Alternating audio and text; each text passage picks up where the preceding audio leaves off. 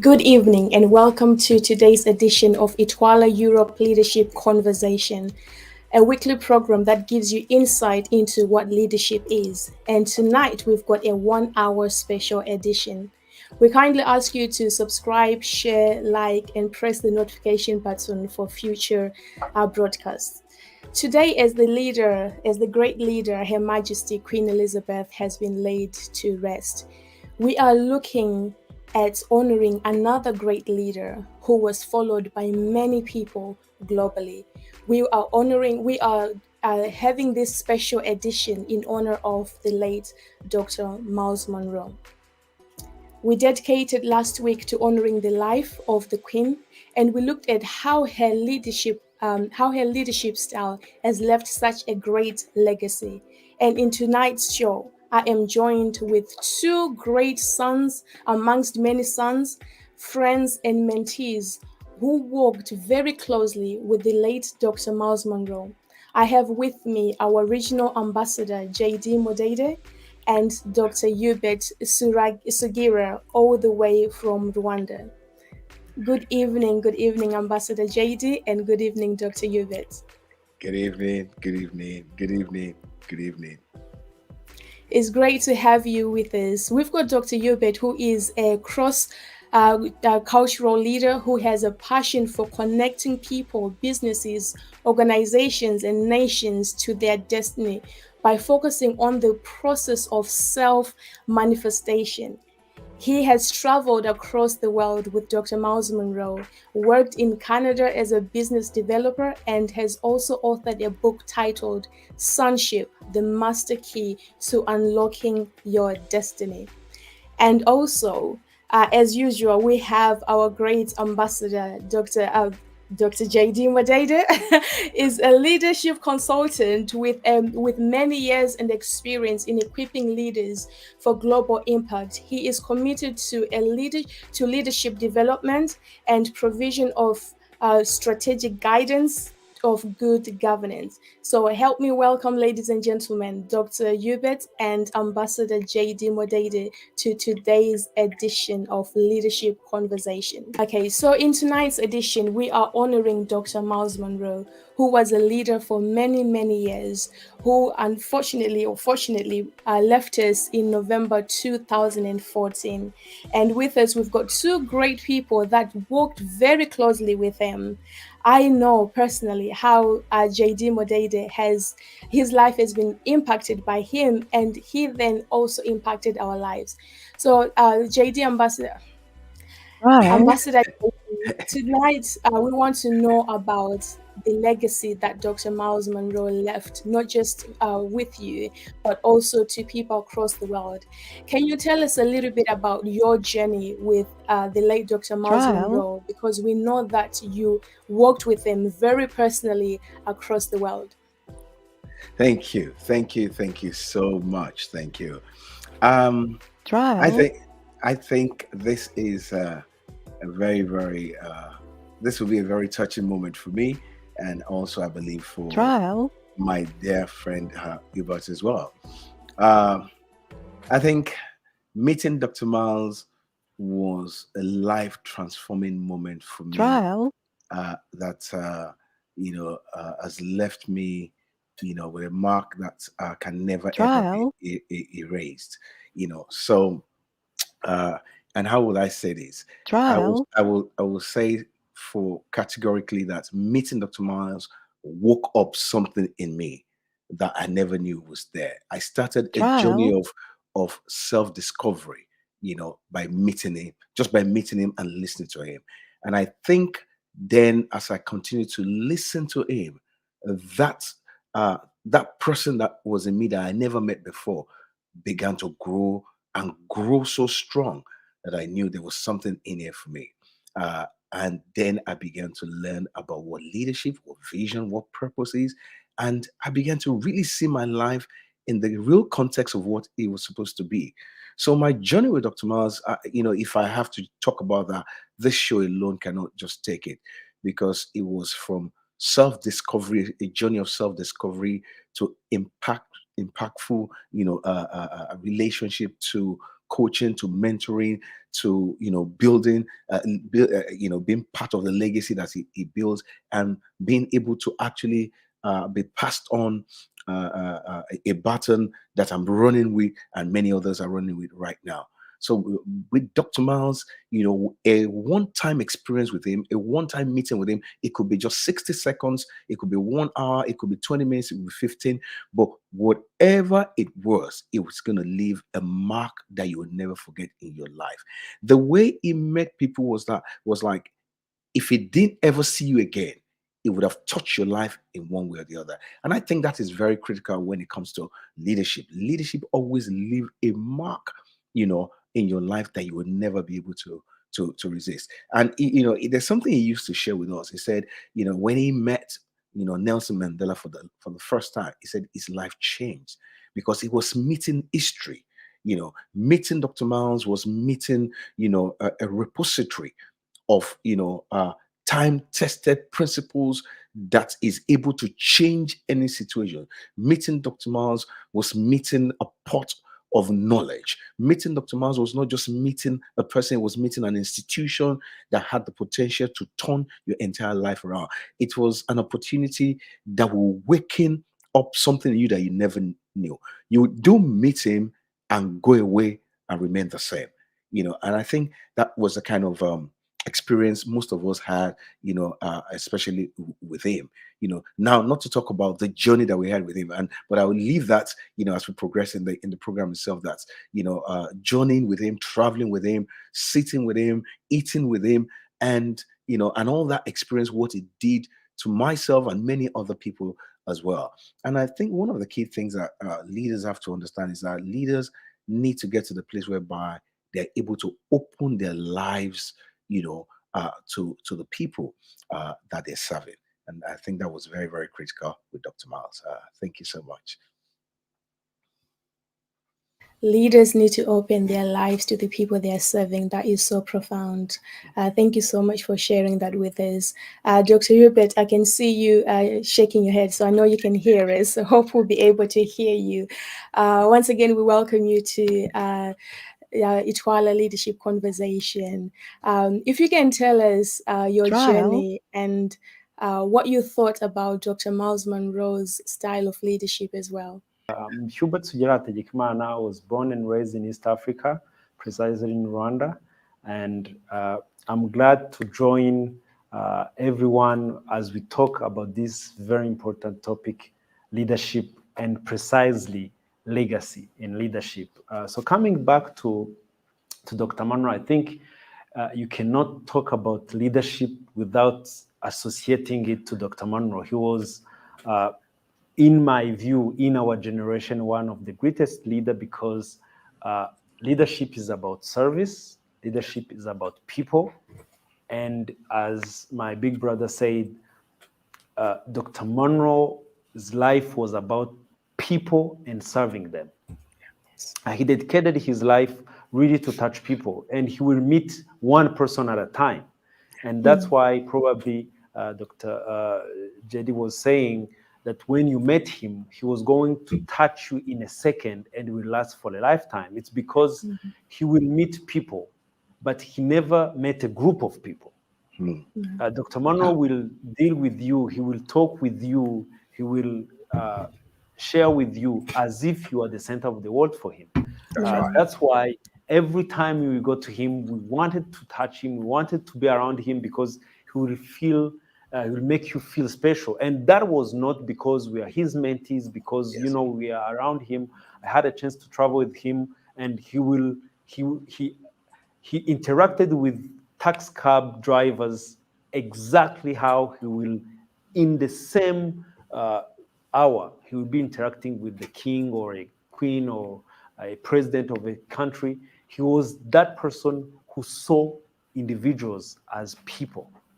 And he said, I will always see people as God's image. That is very profound. And it made me question even my behaviors, because he will interact with you as you, an image of God. So that's why his leadership approach was different. Leadership was about finding something you can do for people and dedicating your life to give it.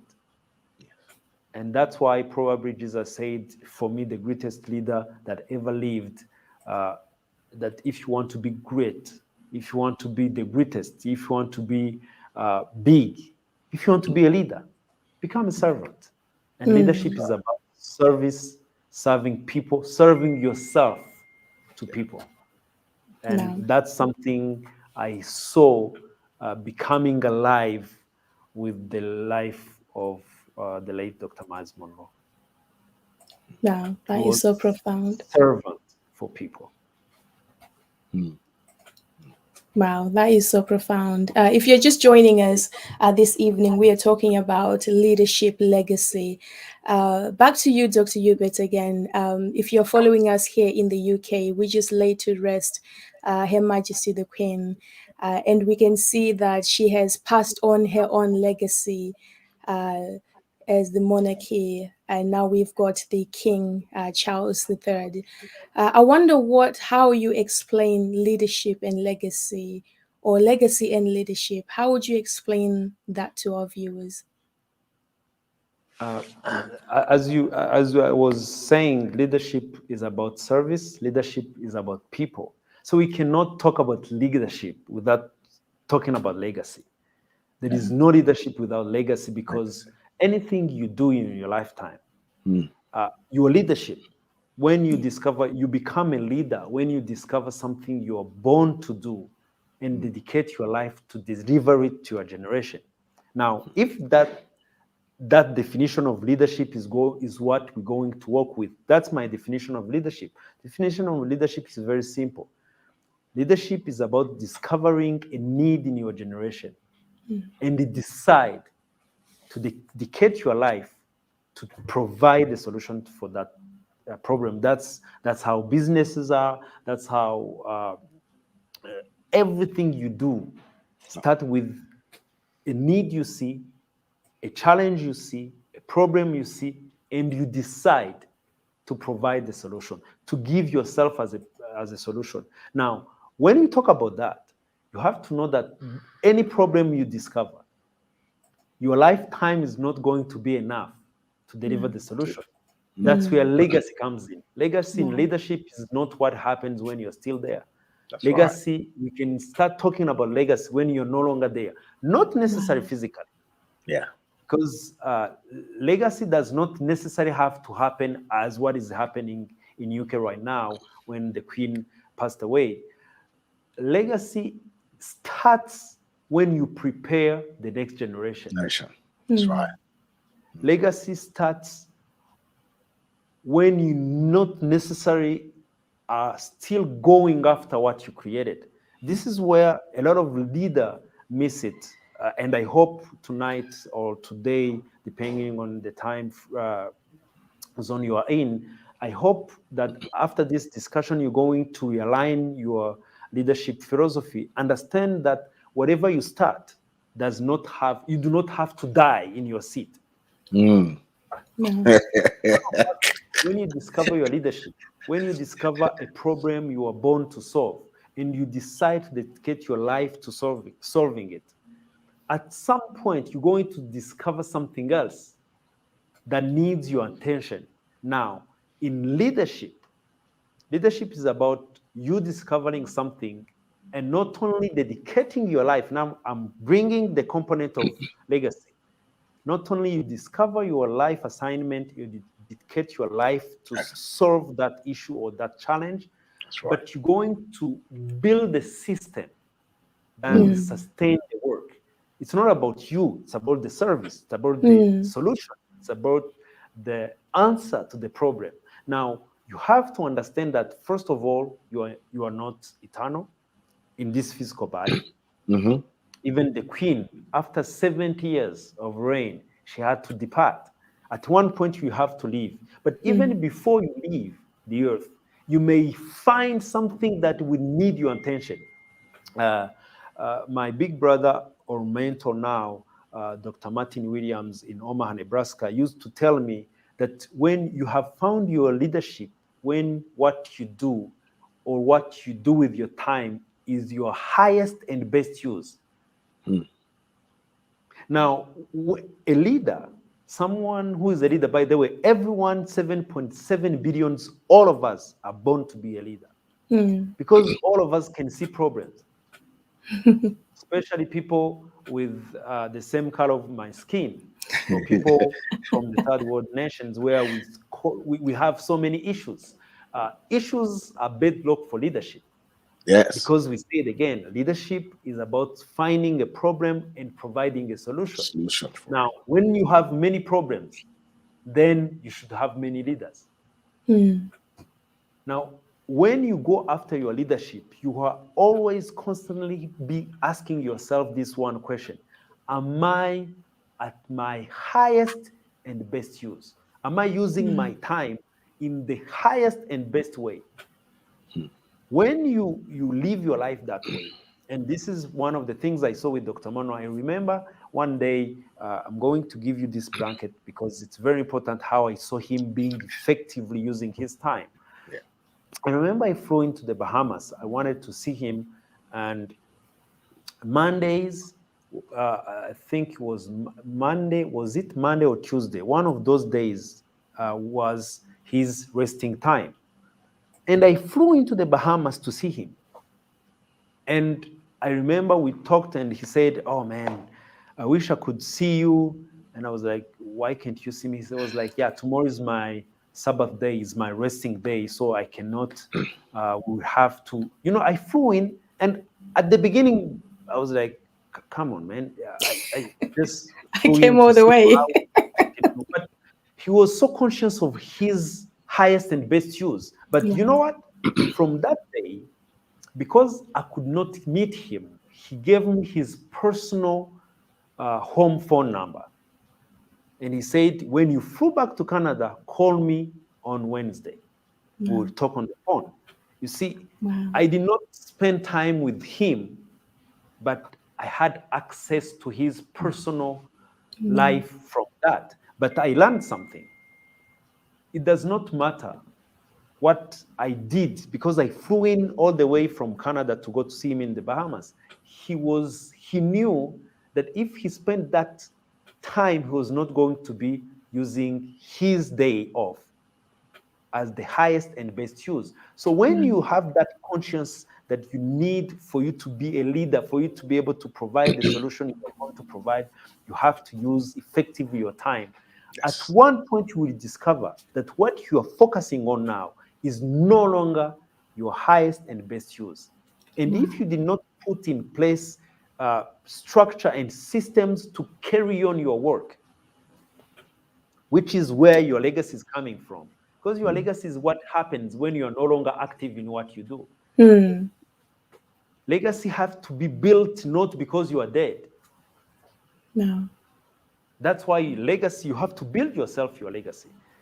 What we are seeing, and I like what the Queen did, she put in place, even had to change the name of the Queen of Consort now. That's her legacy. She was building things. She was putting in place things that now are happening. Everything is smooth now in the UK. There is no uprising. There is no, manifestations, people coming, because she made sure everything had to be in place. That's what legacy is. Legacy is preparing your lifetime, is projecting your life beyond your lifetime. Wow. Wow. So we cannot talk about leadership without talking about legacy, because leadership does not exist. Matter of fact, and I will end up here, Dr. Mano used to say, success without a successor is a failure. Leadership without legacy is a failure. Is a failure. Wow. We are in conversation with Ambassador J.D. Modede and Dr. Hubert. This is Leadership Legacy Conversation with ITWLA Europe. We'll be right back. Hi, my name is Miles Monroe Jr., and I'm the chairman of the board for the International Third World Leaders Association. Our organization was birthed to respond to and address the critical need for quality, effective leadership development and training in the emerging developing nations. Our vision is to establish a global network of leaders from every discipline, committed to the highest standards of excellence in leadership training, personal development, mutual accountability, and fraternal support, implementing relevant and innovative leadership philosophy based on time-tested precepts, principles, and values. Our mission is to influence the destiny of developing third world nations through leadership training, personal development, supportive relationships, and global networking. Our purpose is to provide transformational solutions in response to the dynamic leadership needs of the emerging third world developing nations. Our goal is to cultivate leadership commitment to produce leaders dedicated to the empowerment of their people, the progressive well-being of their citizens, and the betterment of their nation. The strategic approach captured in the slogan coined by our founder, Dr. Miles Monroe, was transforming followers into leaders and leaders into agents of change. Our focus is national development through transformational leadership, transforming nations, communities from the inside out. Join us in ushering in this new era of our organization. We are tasked with carrying this vision forward, and we are devoted to ensuring that we leave an unwavering legacy. The organization that produces effective leaders with global reach and influence. Welcome back. Tonight we are talking about leadership legacy. Ambassador JD, we did not plan that we will be honoring any leaders when we started this broadcast. But then we had the passing of the Queen, and we saw how she passed on serving literally to her last breath. And you did say that tonight might be emotional for you, because I remember that Dr. Miles Monroe also passed away serving on his way to the international conference yearly gathering. Talk to us a little bit more about legacy and leadership. Dr. Hubert talked about servant, and we can see these two great leaders that we have honored have passed on whilst literally serving. What a great legacy. Can you hammer on that legacy and leadership a little bit more? Thank you. Thank you so much.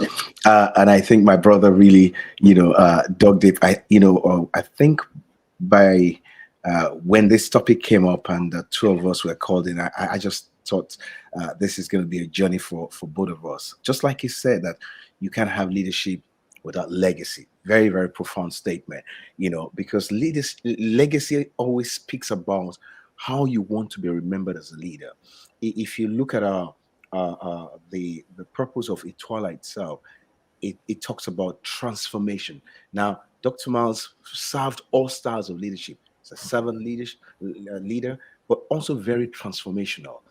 And if you look at after his passing, he's transformed a generation so much that even at the time it passed, we still had to continue with the conference itself, because we knew that that was what he would have wanted us to do. Because and that's a slogan after his passing, we actually noticed that he had finished his work. So, and the question is that after you leave, what will people say about your leadership? What impact, what difference would you have made? And if you listen to everyone that has been in contact with Dr. Miles, I'm telling you, these are exactly the things that you'll be hearing from them, how he's impacted them, what difference he's made in their lives, either by listening to him, by meeting him, or just by reading his content, his books and things like that. So true mark of a leader is measured by the lives that they touch. It's about who you are, really. It's giving something that will be treasured and valued by those who survive after your passing. What is that thing?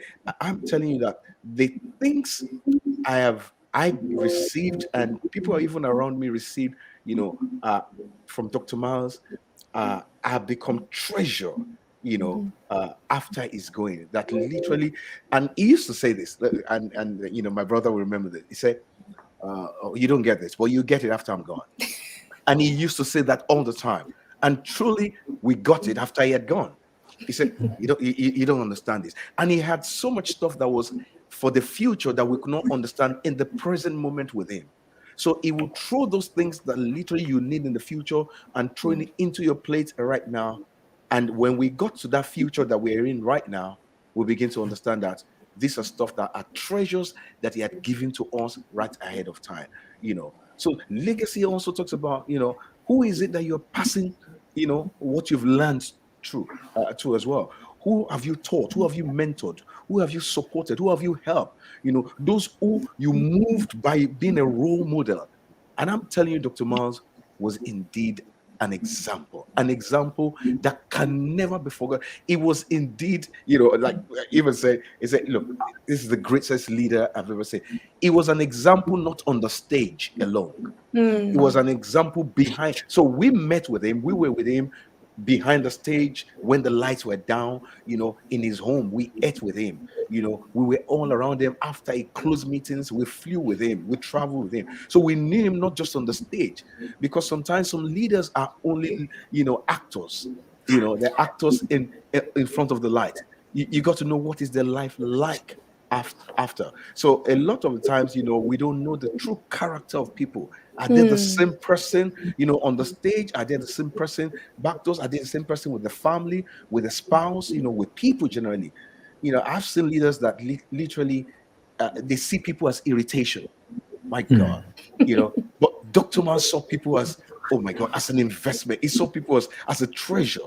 We will walk into a place and he will spend time, just like Hubert was saying, he will spend time with you. He will give you his attention. He will treat you like as the most important person at that time, because, and he made sure that, and, we're talking about this after now, that he made sure that everything he has achieved, everything he has learned, everything he has accomplished, he didn't allow it to die with him.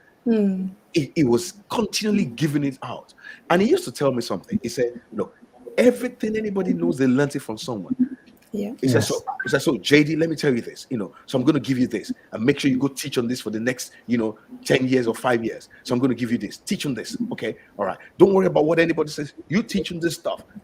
And I saw that, my God, the things were opening doors. And I begin to tell others as well. So now I tell people, I say, look, when I go to a conference, I'm not going to that conference because of myself. I'm going because of everybody that will listen to me as well. All the lives I'm going to touch, And the way he opened up his life, literally impacted me so much that, and you are part of that story too. My entire life, is public. I don't have a private life because, I needed to allow people around me that they didn't just know me on the stage, but they knew me on a one-to-one basis. That knew that if they called on to me, I was going to give them my attention. And that is why I believe so much that, legacy, leadership without legacy is a failure. Just like, you being a success, leadership without a successor is a failure as well. What did you transmit? What did people receive from you? Now you see that picture you just put on there. I can tell you a story on that one. We literally met at the airport and we're flying to the same city. And he said, JD, come, let me see. Let's talk. And he told me a story. He said, this flight, the people that invited me, they didn't have that much funds, so they bought me an economy ticket. I said, that's fine. And I received it, but he said, I believe something is going to happen here because now they said there's a problem with my ticket. So he said, so stay with me and carry my bag, and that's what I do. And they called it. So a lady came over and said, oh my God, Dr. Miles, I've read your books. Oh my God, Dr. Miles, I listened to your program. And I was just looking at the lady, said, are you waiting for a flight? He said, yes, but they said there's a problem with my ticket. No, I'll take care of that. Wow. You've touched our lives. That is what I'm talking about. That, what he transmitted was already affecting people even before he left. And literally on that day, cut the long story short, both of us were upgraded to business class to fly to Houston that day from, I think, Florida, something like that, and, he spoke all through that flight. The things he taught me on that flight, I mean, it's going to take me a lifetime to, be able to see it through. And that's just, why, in this theme that we're talking about, leadership and legacy, I believe that Dr. Miles was one leader that didn't just, live a life to himself for himself, but built a legacy that a generation, a whole world is literally benefiting from. Read some text online all over the world. Some people said, how come I didn't meet this man when he was alive? Some people literally are getting to follow Dr. Miles after his death. Of time. That is how powerful his legacy is. Thank you. Wow. As you were speaking, I was literally just thinking back that we met Dr. Miles Monroe because of you. And I believe at some point, I stopped looking for Dr. Miles Monroe on YouTube because I was like, everything he's saying, I'm going to hear it from my pastor back at home. So that is indeed a great legacy that he left. Both of you have followed him up and close for many years, and both of you are a married family men. You are leaders in your own right. I wonder, as mentees and students of Dr. Miles Monroe, out of the many things that you learned from him, what is the biggest lesson that sticks with you today and that you are passing on to others as they follow you, Dr. Hubert?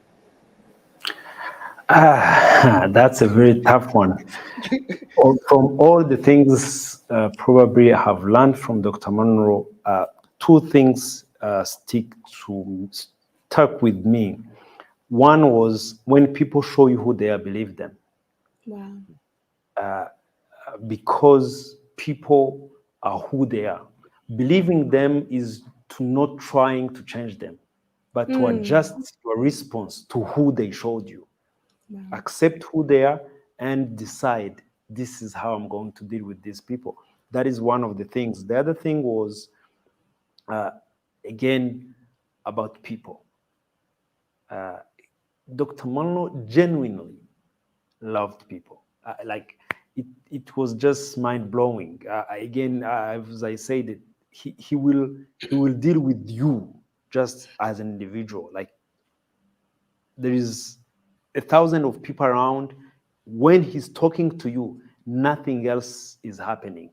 Wow. And that will make you feel he was an amazing person. But those two things, how he dealt with people, he always said, put people work before paperwork.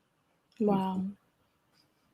So that will be probably the two most important things I learned from him. Wow, that is amazing to hear that about someone who was globally known, someone who had met presidents, world leaders, yet to be able to focus on an individual right in front of them. Thank you so much for that. Ambassador JD, I know you have many things, but just try to give us one or two.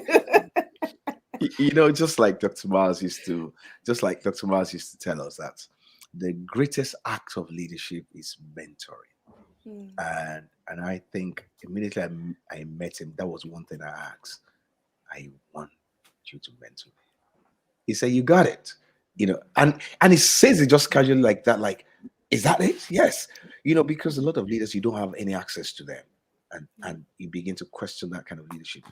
And I will say, just like Hubert was just saying right now, he was speaking the words out of my mouth. And I say, one key thing that resonates really for me is self-discovery.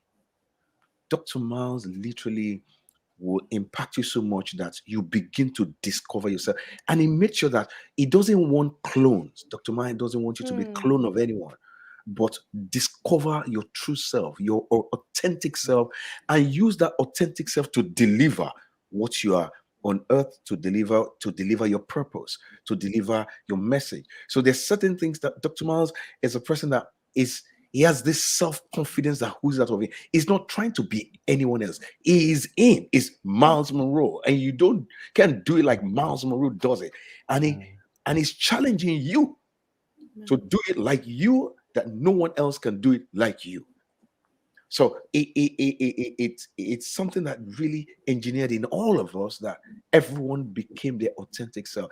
I used to ask, the group and in the organization, how they all stayed together for over 30 something years of building the organization. And the key thing that everybody was saying is that Dr. Miles taught all of us to discover our purpose. And once you find your purpose, you're not intimidated by anybody else. You're not trying to be anybody else. You're not trying to be a clone of anyone. You're just you, and you're comfortable with you. And I think, is mentoring to us. It did that to us. It didn't want us.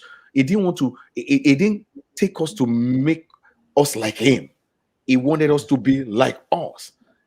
With our content might be similar, but you were delivering it with the nature that is, unique to you. So we have scientists among us, we have teachers, we have, businessmen, but the message is still one. But we can deliver it in diverse way to diverse communities, diverse groups, and things like that, because of that authentic self that you're able to discover.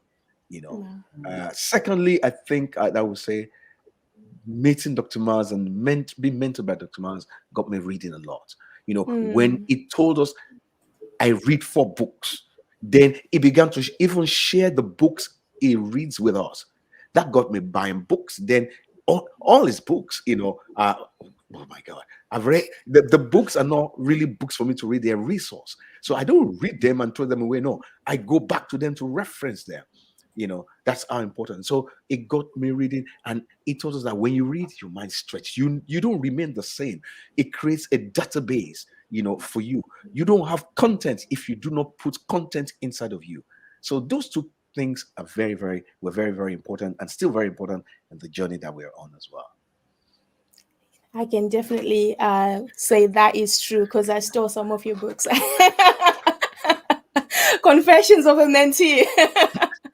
Ladies and gentlemen, we are in conversation with JD Modede and Hubert Sungira, legacy leadership or leadership legacy. We'll be right back.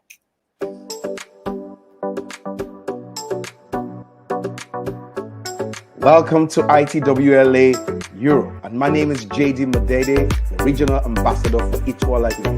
ITWLA, who are we? Hi, my name is Miles Monroe Jr., and I'm the chairman of the board for the International Third World Leaders Association. Our organization was birthed to respond to and address the critical need for quality, effective leadership development and training in the emerging developing nations. Our vision is to establish a global network of leaders from every discipline, committed to the highest standards of excellence in leadership training, personal development, mutual accountability, and fraternal support, implementing relevant and innovative leadership philosophy based on time-tested precepts, principles, and values. Our mission is to influence the destiny of developing third world nations through leadership training, personal development, supportive relationships, and global networking. Our purpose is to provide transformational solutions in response to the dynamic leadership needs of the emerging third world developing nations. Our goal is to cultivate leadership commitment to produce leaders dedicated to the empowerment of their people, the progressive well-being of their citizens, and the betterment of their nation. The strategic approach captured in the slogan coined by our founder, Dr. Miles Monroe, was transforming followers into leaders and leaders into agents of change. Our focus is national development through transformational leadership. Transforming nations, communities from the inside out. Join us in ushering in this new era of our organization. We are tasked with carrying this vision forward. And we are devoted to ensuring that we leave an unwavering legacy. The organization that produces effective leaders with global reach and influence. So friends, I'd like to invite you to ITWLA Europe weekly leadership conversation broadcast on a YouTube channel every Monday 9 p.m. GMT UK time. Every Monday 9 p.m. UK time. Join us for this conversation that is purposed to transform our nations. I look forward to seeing you there.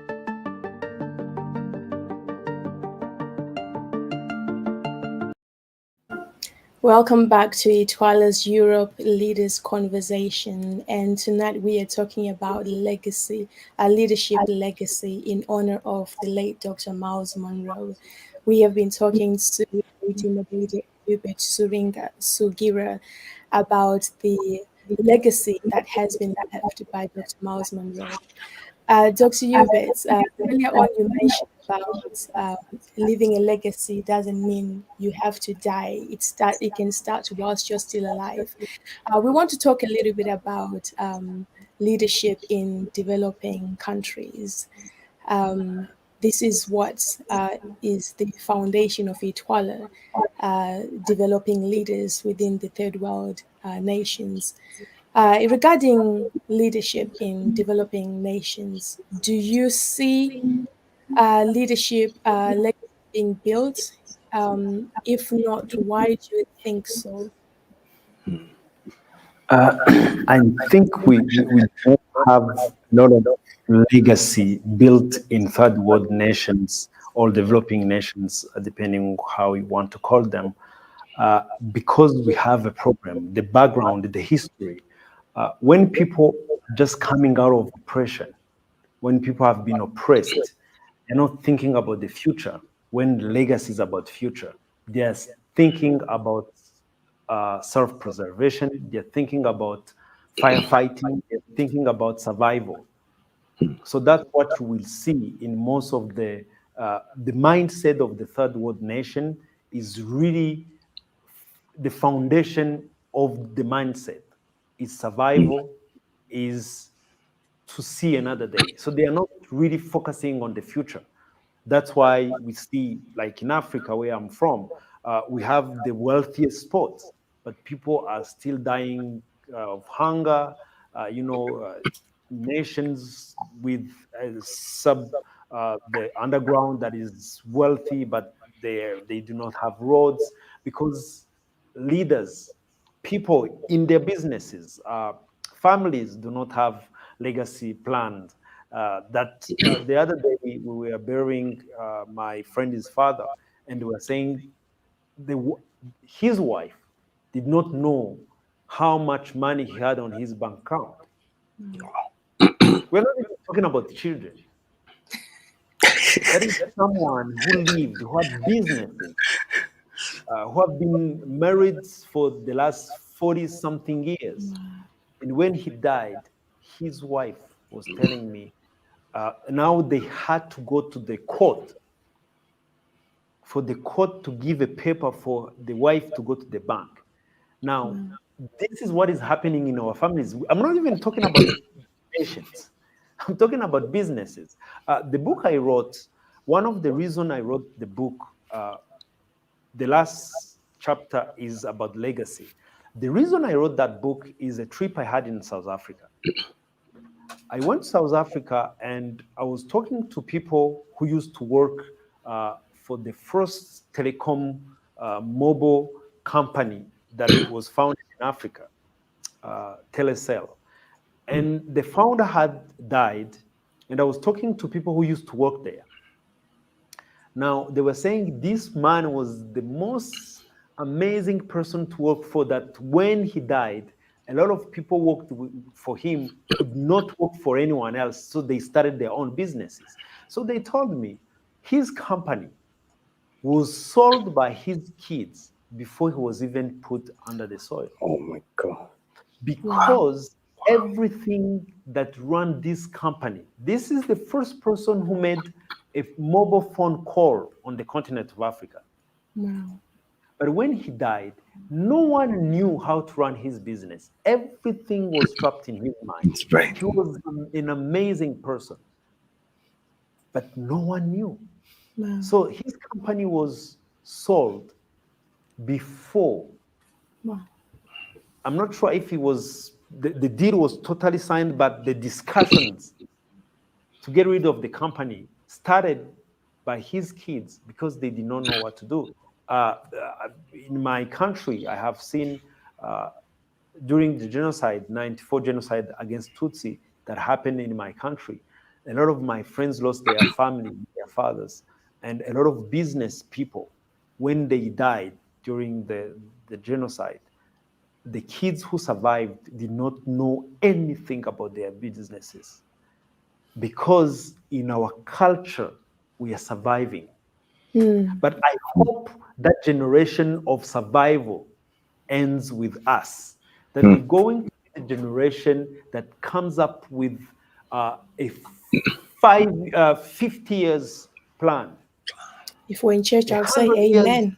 That's what I believe in Africa. But to come back to your question, We haven't been there yet, but that's why ITWLA is there for. Wow. To raise up a new breed of African leaders who think about the next generation, not just focusing on now, but thinking about 100 years from today.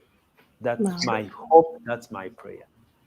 That's it. Thinking about the next generation. Wow. JD, you have traveled around Africa, especially for many, many years, a lot. You have seen a lot. You've spoken to leaders, in the third world nations. If you were to speak to one today, what would be some of your suggestions in building the next generation? Thank you so much. Thank you, my brother. You hit the nail on the head. So I'm just going to follow right behind him because he's highlighted where we are and why we are where we are. Now, ITWLA, is there really to begin to support developing nations leadership. And the first thing that, I'm part of what we've been doing is that we begin to re-educate leaders that leadership is never to one generation. Leadership is, transgenerational, if that's the right word. Leadership that serves only its generation is destined to failure. And that is why leadership in developing countries, and I can speak, for example, for Africa, the leadership only goes, just for a session, just for a time, and that's it. Then we start all over again. So we keep on rewinding this wheel that doesn't need. And also, we never really get to pass the baton to others. So, and that's because our leadership is, let me use the term Dr. Miles with you. He said, you've got to be a true leader. And what's a true leader? And he gave us a process because leadership begins with vision. That vision creates a conviction that literally makes you to begin to see it in the vision.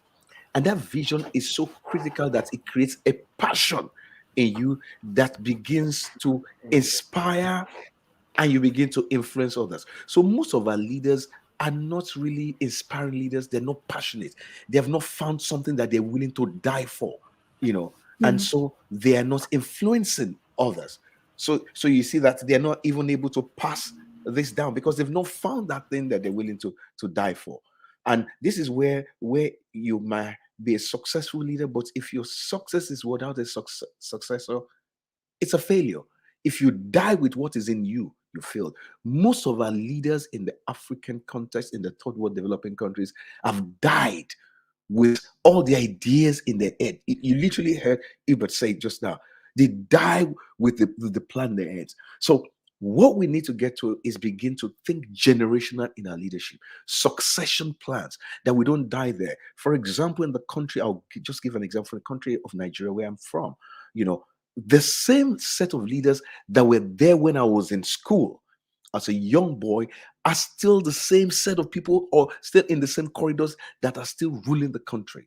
So we have 70, 80-year-old people who are trying to campaign that they're going to solve our problem, while we have young people passionate in the 21st century digital age with digital ideas. So you can do the maths, and this is where also, because this leadership there, they don't have what we call the highest level of maturity and self-confidence to let go and say, come up on board and have this. So for example, now I will use Dr. Miles. I'll swing back to Dr. Miles and I'll swing back to developing nations. So Dr. Miles was not doing what he was doing in isolation. As he was doing it, he was showing it to us. In fact, there was a time he began to teach us how to teach or how to consult. And the first thing, I'll say this, the first thing about mentoring is observation. So when he takes you along somewhere, he didn't take you there just for you to waste time. He wanted you to observe him doing what he did. So when I was there, when he was consulting with governments, some friends asked me, how did you learn to talk to governments? I said, I saw my mentor doing it.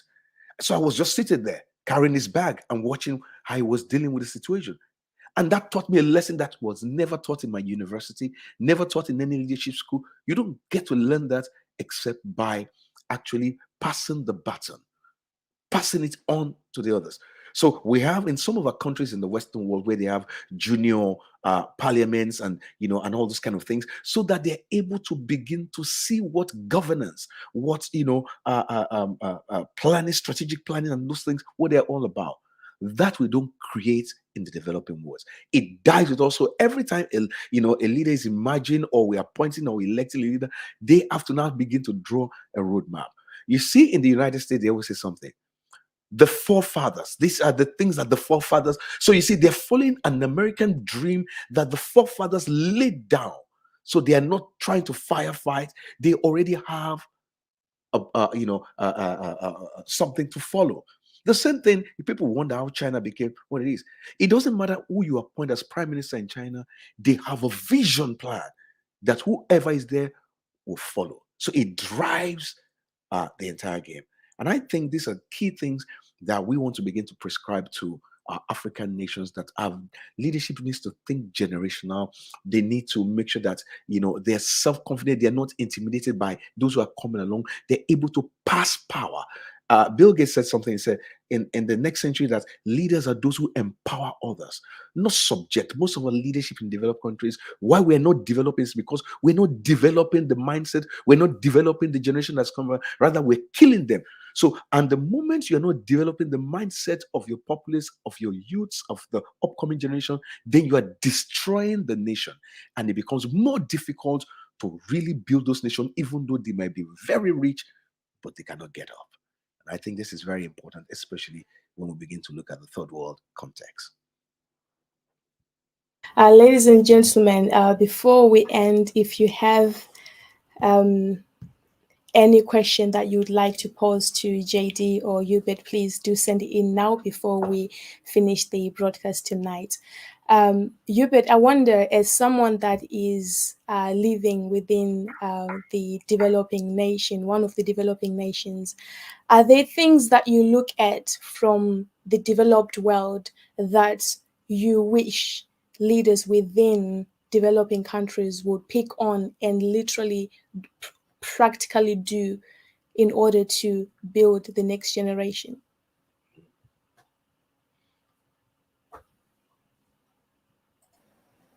I hope those in the developed nation are not going to stone me, but I would rather see developing world coming back to learn things from Africa, because, and I'm saying this from experience. I was born in Africa, was raised in Europe, spent a lot of time living in Belgium, and ended up living in Canada. So I have experienced Africa, Europe, and North America, and I can assure you that when it comes to leadership, the true essence of leadership is actually found in Africa. Ooh. We do not know it yet. Yes. Because in Africa, when, for example, the kings back home, they used to be at the service of people. In my culture, the king does not eat when there is famine in the land. Whoa. Wow. Back home, back in the days, in our culture, I'm not talking about what Africans are trying to copy from the so-called developed nation. Yeah. I'm saying so-called because there is nothing developed in people who are confused of who they are, who can no longer differentiate a man to a woman. Wow. But in Africa, the only problem we have when it comes to leadership or legacy is only the mindset of slavery. We have received independence, but we haven't yet attained freedom. Freedom is the ability to believe in your potential. But when it comes to true essence of leadership, I think Africa has all to give. And that's why I'm excited about Third World. That name, that word means the third. In other words, the last. Because there is the first word, the second word, and guess what? Only the third word. There is no such thing as the fourth word, which means that we have to get it right with leadership, with the last word, the third word, because we are the last chance for God, for Him to send back the fullness of His kingdom. So I think Africa, and I'm telling my fellow Africans, if we go back to our roots, I'm not talking about the copies, to the original essence of Africans, we're going to find within ourselves the true essence of leadership. And the day we do that, I'm telling you, the world is coming no longer to get raw material from Africa, but to get answers. Because in the world of turmoil, the world where there is uncertainty, Africans are used to live in that environment. That's the time for Africa to shine and bring solutions. Because I'm telling you, friends, Europe, Canada, America, they are looking for solutions. And because we are used to so much suffering, some situations are going to be easier for us. So it's time for us to step in and be confident that we have something to offer. That will be my comparison when it comes to leadership, Europe, Canada, and Africa. I go back to our roots. If we go back to where we are, the true essence of Africans, it's about people, it's about family, it's about love, it's about giving, never taking. I believe it was the late Dr. Miles Monroe who said politicians are not leaders. Hence, we see them eating in famine. I'm going to get shot for that. YouTube, don't delete this. You got it, girl. Thank you so much for that. I think you touched on it. Someone was sending in a question, how can they get it right in Africa? And I think you answered that as you were speaking. We just have a few 1 or 2 minutes left before we end. What was the question? I did not get the it question was, yet. how can they get it right in Africa? By getting back to our roots. Yes, that's it. And by experience, give me just 1 minute, please, to share an experience of my country. So after the 94 genocide against Tutsis, a lot of people had committed the genocide, have killed people, so they were in prison. And using the normal judicial system was going to take hundreds of years to judge more than 1 million of people. And the elders of the nation sat down and they were like, what do we do? Because we do not want to dwell into this thing. We have to move on. And before we move on, there is no moving on as a nation. There is no healing as a nation if there is no justice. So they went back to what used to be done back in the days. And the judicial system was calling people in the neighborhood, sitting down, and they will bring people who have committed these things, and they will talk about that. They will share everything. Everything will be on the mat. So, that same judicial system called Gacaca, the old ways our forefathers used to do, that's the same system they applied. And now a lot of people who are in prison, those who will give the details, a lot of people were, sent back to their houses. A lot of things happened because our forefathers were doing something right. When there was an issue that the normal or the advanced way, judicial way couldn't solve. So I'm not talking about just things. I'm talking about what I have seen in my nation. And going 20 years ago from a failed nation, a failed state, and my brother JD have been to Kigali many times, can attest to that. Oh, by the way, we just hosted Chogam, the heads of state of Commonwealth, in a nation that 28 years ago was totally failed.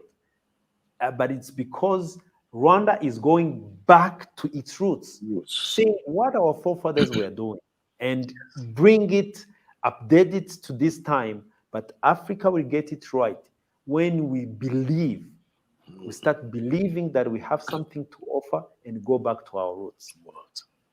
That's good. Wow. This is ITWLA Europe Leadership Conversation. Again, we are out of time, but not out of questions. So we'll ask you to comment if you want to finish this conversation. Tell us in the comments that you want Dr. Hubert back, you want Ambassador JD back to conclude on this legacy, leadership legacy in honor of Dr. Miles Monroe. So we can do a part 2 to finish those questions that we cannot do tonight. Thank you so much, Dr. Hubert, for your time. Thank you, Ambassador JD, for your wisdom tonight. That was so impactful. Thank you very much for having me. Thank you so much. Hey, brother, thank you. Thank you. Ladies and gentlemen, thank you for guys. tuning in tonight. This is ITWLA Europe Leadership Conversation. Have a good night. God bless.